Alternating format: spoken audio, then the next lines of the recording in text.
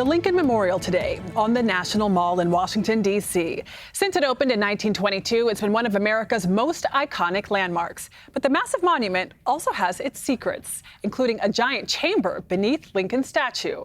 That's about to change. Scott MacFarlane takes us underground.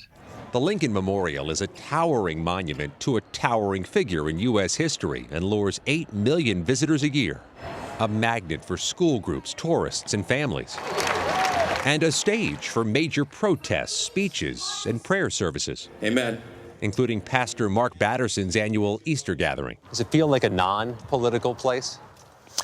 It does. It feels like this is bigger than some of the polarizations that we're experiencing, some of the tensions that we feel. Most people don't imagine that this is under here. Beginning this summer, the National Park Service begins a major renovation below the 19-foot, 175-ton statue of America's 16th president. It's a facelift to its foundation. This is how it looked in 1922?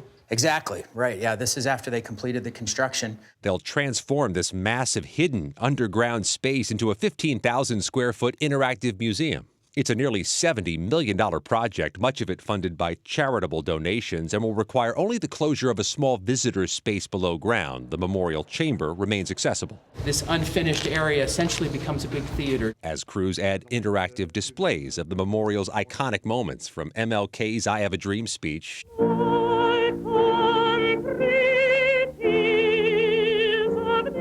to a landmark performance in 1939. Imagine hearing Marian Anderson singing in there, projected into this space. And the beautiful thing about it is when that production is done and the lights dim, it goes back to the very raw, unfinished space. The new exhibit itself is expected to draw 1 million visitors a year and will also spotlight the underground architecture itself, which in 1922 was erected to give Lincoln his lofty perch above much of the nation's capital, and which continues to draw families like Gino Josephs. Wow, this is pretty powerful.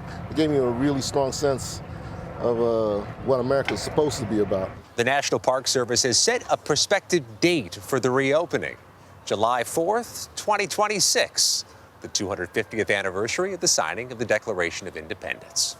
Scott MacFarlane, CBS News, Washington.